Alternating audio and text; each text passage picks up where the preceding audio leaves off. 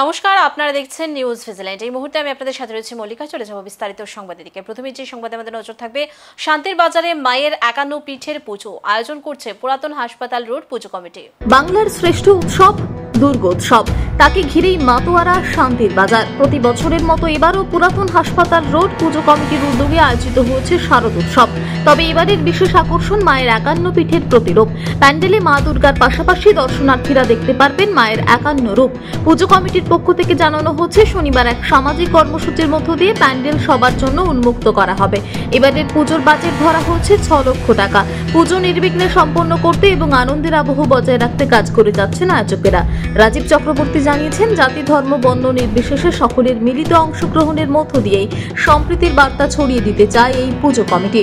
এখন শুধু সময়ের অপেক্ষা, মায়ের আরাধনায় মেতে উঠবে সমগ্র শান্তির বাজার। এবছর আপনার পূজার বাজেট কি রয়েছে এবং কি কি সামাজিক কর্মসূচি রয়েছে? আমাদের বাজেট 6 লক্ষ টাকা। আর আমরা কিছু সামাজিক কাজ করব, যেমন 29 তারিখ শনিবারে 27 তারিখ আমাদের পুজো মণ্ডপ উদ্বোধন। ওই দিনে আমাদের কিছু একটা সামাজিক কাজ থাকবে।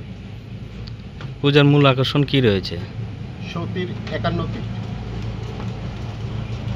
আর কি অন্য কিছু রয়েছে পূজার মধ্যে কর্মসূচি? 51 পীঠের মানে পৃথিবীর বিভিন্ন প্রান্তে ছড়িয়ে ছিটিয়ে থাকা যে 51 মায়ের যে 51 রূপ, সেই রূপ আমরা এখানে ফুটিয়ে তুলতে যাচ্ছি। আর সামাজিক কর্মসূচি? সামাজিক কর্মসূচির মধ্যে থাকছে আমাদের যে বয়স্ক মাতৃশক্তি, তাদের সম্মাননা প্রদান। পূজার বাজেট কেমন রয়েছে? 6 লক্ষ টাকা।